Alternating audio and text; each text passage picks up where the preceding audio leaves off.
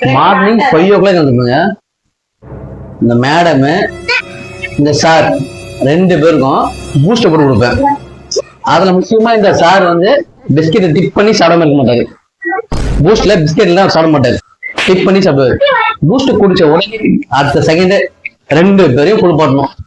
அந்த குளிப்பாட்டுற கேப்ல 2 நெய் தோசை சுட்டு அவங்களுக்கு வச்சிடணும்.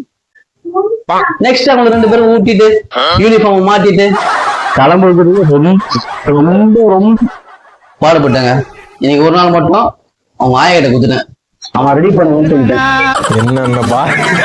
என்னென்ன சொல்றான் பாருங்க, கம்பி கட்டுற கதையெல்லாம்.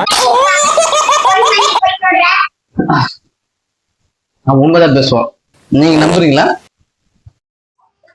ஸ்கூல் டைம் ஆயிடுச்சு, பசங்க ரெடி ஆயிட்டாங்க. டேய் வாங்கடா, டைம் ஆயிடுச்சு.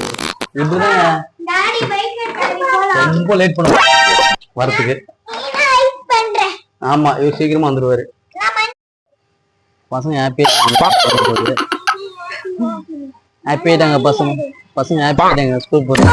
என்னடா ஹாப்பியா? அந்த பையனுக்கு பயம் இல்லை. மறக்காம சர்ப்ரைஸ் பண்ணுங்க.